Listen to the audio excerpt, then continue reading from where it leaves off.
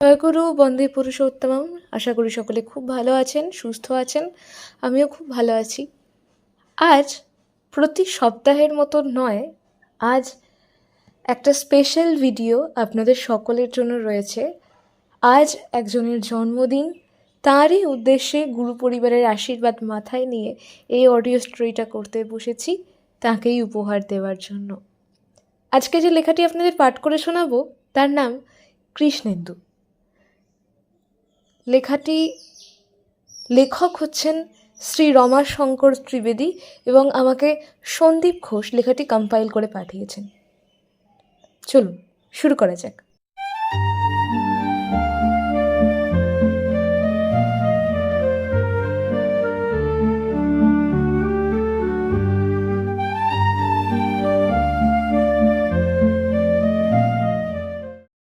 তোমার ছেলের নাম পরম পূজ্যপাদ দাদা দয়া করে নিজ হাতে লিখে দিয়েছেন বলেই কাগজটা কানাইয়ের দিকে বাড়িয়ে দিলাম।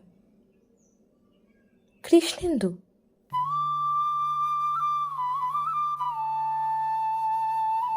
বলেই কেমন যেন হয়ে গেল কানাই। কানাই মানে কানাই চৌধুরী, ত্রিপুরার একজন ফরেস্ট রেঞ্জার। মুখে একটিও কথা নেই, চোখ দুটো নিমেষে অশ্রুসিক্ত হয়ে গেল।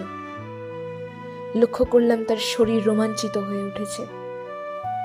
ভাবের আবেগে মুখে যেন ভাষা জোগায় না। কি যেন ভাবছে তো ভাবছেই। তার মুখের দিকে তাকালাম, চোখে জল। উর্দু শায়ের ঠিকই বলছেন, जुबां खामोश हो गई, कुछ भी कह ना पाई, आंखों ने अश्रु के जरिए उनकी शुक्रिया अदा की। কিছু বলতে না পারলেও চোখের জলই কৃতজ্ঞতার আভাস। কোনো ক্রমে বাষ্পরুদ্ধ কণ্ঠে শুধু এইটুকু বলতে পারল, এখন যাই, পরে কথা বলবো। কোথায় যেন একটা রহস্য। আরও দুটি নামকরণ ছিল, তা ওদের দিয়ে দিয়েছি। ওরা নামকরণের কাগজ দুটি নিয়ে সকৃতজ্ঞ চিত্তে মাথায় ঠেকিয়ে যার যার বাড়ি চলে গেল। কিন্তু কানাই চৌধুরীর এই নামকরণের পিছনে কি যেন একটা ঘটনা লুকিয়ে আছে। নামকরণ তো সব সময়ই হচ্ছে, কেউ তো ছেলের নাম দেখে এভাবে ভাববিহ্বল হয়ে ওঠে না। আবার ভাবছি হয়তো পরম পূজ্যপাদ দাদা নিজ হাতে ছেলের নামটা লিখেছেন বলেই তার ভাবের আবেগ উচ্ছলতা। খাওয়া দাওয়া সেরে ভাবছি ওদের বাড়ি যাব, কিন্তু একের পর এক গুরুভ্রাতা ভগ্নীদের সঙ্গে কথা বলতে বলতে সময় গড়িয়ে গেল। দেওঘর হতে ফিরলে গুরুভ্রাতাগণ খবরাখবর নিতে আসতে থাকেন। আচার্যদেব পরম পূজ্যপাদ শ্রী শ্রী বর্দা কেমন আছেন, পরম পূজ্যপাদ দাদা সহ ইষ্ট পরিবারের সবাই কেমন, উৎসব কেমন হলো, কত ভক্ত সমাগম হয়েছিল, কোনো নূতন আশীর্বাদ আছে কিনা ইত্যাদি জানার উদ্গ্রীব আকাঙ্ক্ষা নিয়ে অনেকেই আসেন। প্রতিবারই এমনতর হয়। যারা ত্রিপুরাতে থাকেন তাদের এখানে আসাটা সহজসাধ্য নয়। রেলযোগে আসতে বহু সময়ের প্রয়োজন, আর বিমান যোগে আসতে আর্থিক সচ্ছলতাও প্রয়োজন। তবুও প্রাণের টানে এখানে ছুটে আসেন তারা। আমার কাছে আবার লোকজন একটু বেশি আসে। আমি বহু বছর পরম দয়াল পরম পিতা শ্রী শ্রী ঠাকুরের পদতলে ছিলাম। আচার্যদেব পরম পূজ্যপাদ শ্রী শ্রী বরদার ও পরম পূজ্যপাদ দাদার স্নেহস্নাত আমি। আচার্যদেব পরম পূজ্যপাদ শ্রী শ্রী বরদাই আমাকে ত্রিপুরায় পাঠান। তাই আমি এখান হতে ফিরে গেলে আমার কাছে ভক্ত অনুরাগীদের ভিড়ও হয় বেশি। আর অনুরাগ উচ্ছল ভক্ত অন্তঃকরণের জিজ্ঞাসার পরিপ্রেক্ষিতে ভক্তি রসাপ্লুত আনন্দঘন পরিবেশ তো মহাভাগ্যেরই ব্যাপার। বেলা গড়িয়ে গেল, কানাইয়ের বাড়িতে আর যাওয়া হলো না। এরই মধ্যে তার ভাই সহ কানাই চৌধুরী উপস্থিত। তখন তাদের মুখে শুনেছি এই নামকরণের পেছনে লুক্কায়িত এক অলৌকিক দিব্য কাহিনী। এই ঘটনা আমার জানাই ছিল না, যদিও নামকরণের জন্য প্রার্থনা জানিয়েছিলাম আমি।